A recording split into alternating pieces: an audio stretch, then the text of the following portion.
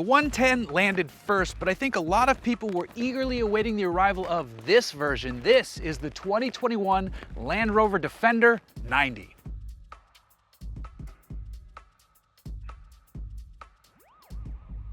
So right off the bat, I'll admit it, I'm biased towards the longer wheelbase versions of things, be it the Jeep Wrangler, the new Bronco, old Monteros, and the same is true with the Land Rover. I prefer the 110. Heck, my dream rig is a Defender 130 pickup truck, and hopefully I'll import one of those someday. And with the 90, I think the style works well. It just works better on the bigger 110. Still, this is a sharp machine with a serious presence out on the road. The daytime running lamps look great, the Defender badging on the nose is excellent, and the overall stance is pretty darn perfect. My main quibble on the exterior of this thing, and this is not a 90 specific thing, is this faux plastic cladding here on the hood. Now this is a nod to the vintage Defenders and Land Rover series trucks, which were made out of metal and allowed you to stand here and if you needed to gain access to stuff on the roof. If you stand on this piece right here, you're gonna have a bad time, and so is your truck. I hope someone in the aftermarket fixes this and actually makes it kind of useful. In the cabin, the Defender continues to shine though. The materials employed here are nicely done, the floating screen is cool and works well, and there's great room for passengers.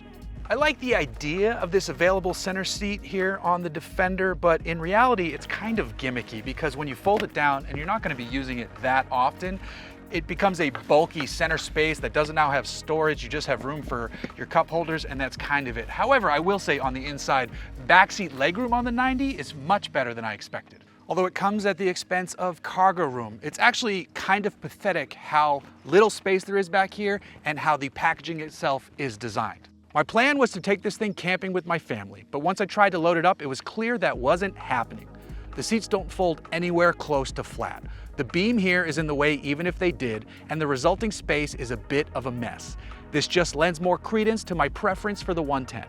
But we're back to good when talking about powertrain. The base 4-cylinder turbo engine makes 296 horsepower and 295 pound-feet of torque, which are both respectable figures. The engine you'll want though is the 3-liter turbo inline 6 that cranks out 396 horsepower and 406 pound-feet of torque.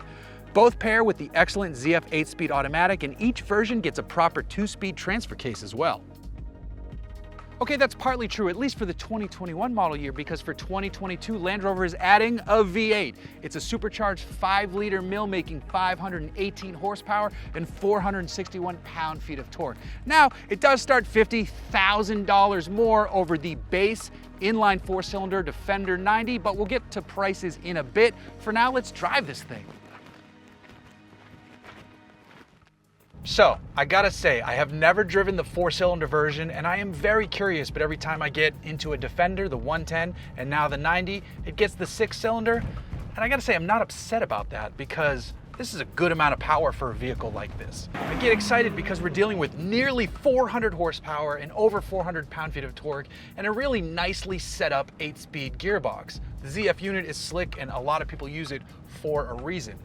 And then you couple that with a general nice driving experience on road. This seriously does drive like a comfortable Land Rover out on the road, but it is the most capable SUV in the Land Rover family, and you can use it well. You can go anywhere in these things, and that is an awesome feeling. It's hard to get a vehicle in this price point that can do both of those well. The Jeep Wrangler is expensive and an amazing off-road, and it's a compromise on-road.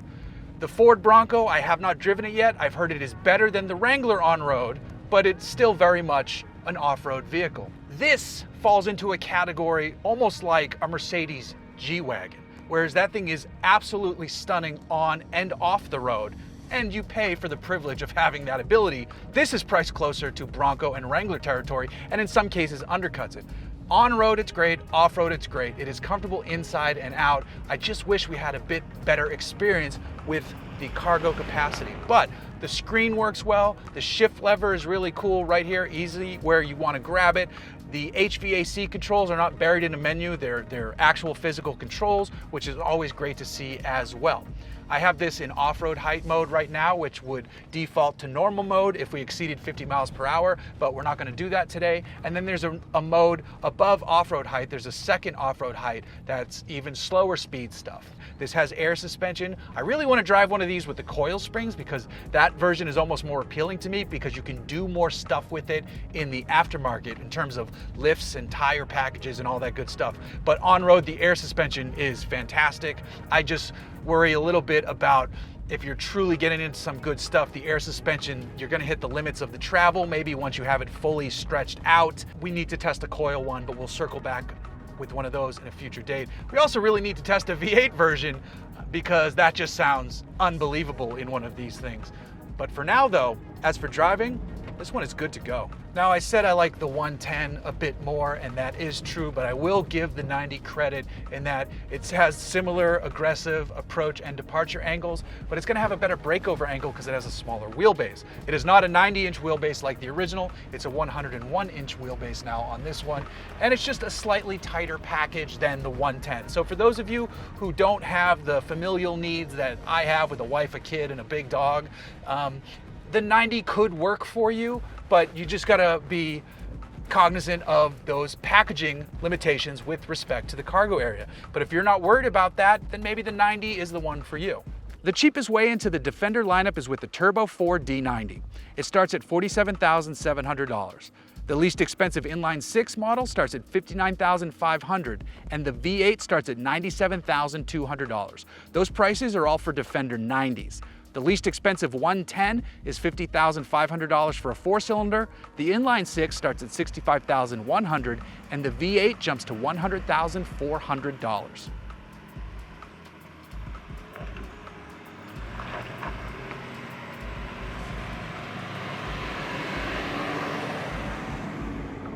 So yeah, the V8s are expensive, but the 4 and 6-cylinder versions are priced pretty well, especially when you consider that a handful of Bronco and Wrangler versions will meet or exceed some versions of the 90 and the 110. And the Defender is just as capable off-road, and in fact, it likely drives better on-road than either of those other two. The Defender 90 is an awesome machine, and I'm super excited to see we have this here in the States. I think it's worth the money, and someone can have a ton of fun in these while still cleaning up nice for that prime parking spot at the valet stand for dinner. So where at my money, I'm going with the 110. And then I'm probably gonna try to sell a kidney to get a V8 version.